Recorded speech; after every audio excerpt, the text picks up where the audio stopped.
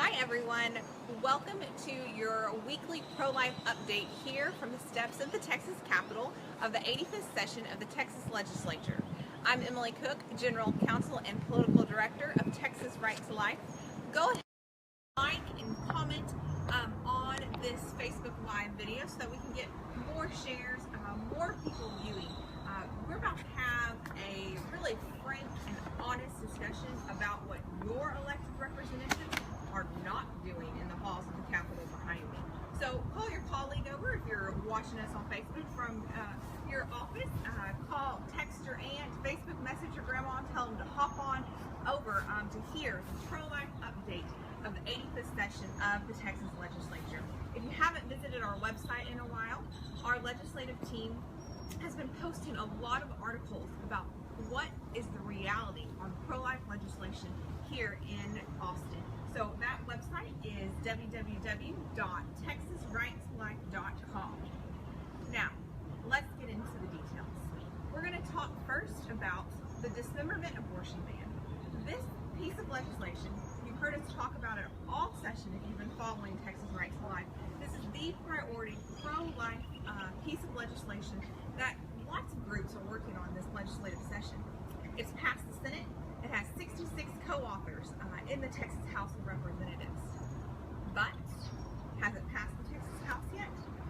Nope.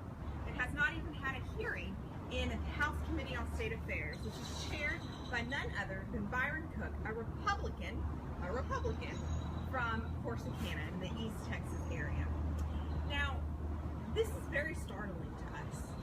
The priority pro-life legislation, which has been passed in 7 other states, the Texas Attorney General, our Texas Attorney General, Ken Paxton, has already indicated his office wants to defend this law because he's signed an amicus brief defending Alabama's dismemberment abortion ban, who beat us to the punch.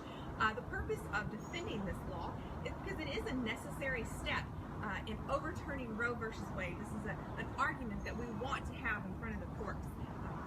But it stopped in the Texas House. Just like every other major piece of conservative legislation, it's going nowhere. 95 Republicans in the Texas House. That's how many Republicans you and I have sent to represent views, principles that are the core of the Republican Party. But yet, we still can't get solid legislation passed out of the Texas House. What is going on? Politics is what's going on. We have sent the House management, House leadership, I like to use the term management more than leadership, management not really caring about conservative principles. The Senate has passed several pro-life measures and sent them to the House, but the House has yet to do anything. We're going to have to start taking drastic measures. As of yesterday was realistically the day that committees needed to report on bills. If they haven't been reported out of committee yet, effectively, they're dead. A regular piece of legislation is not going to make it through the process if it was not reported out of committee as of yesterday. So where does that leave the pro-life members, pro-life citizens of Texas and legislation? We're having to take drastic measures. There are attempts, there will be attempts by actual conservative pro-life lawmakers and Texas Right to Life to amend life-saving policies onto other people's bills on the floor, finding bills that are germane and amending those policies with the bills that Byron Cook and his cronies have refused to pass through the committee process. This is where we ask you to come into play. Yes, your representative may say, oh, I co-authored the dismemberment abortion ban with 66. That's a good chunk of the 95 Republican House members. And as Texas Right to Life has been getting angrier and angrier at the slow pace of this legislative session, we've seen a flock of members go sign on to the dismemberment abortion ban. But Texas Right to Life has been around the Capitol longer than most of these members have even been in office. And we're here to tell you that just signing your name, going to the clerk's office and putting your name on a piece of legislation is not sufficient to ward off any primary attacks or ward off any accountability measures. It takes more than just putting your name on a piece of paper when we're this far in the game. So what can you tell your elected representative to do?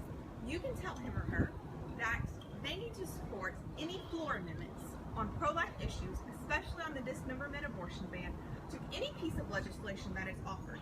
This is an uncomfortable and painful process. Members don't like it. Members don't like to hijack other people's bills.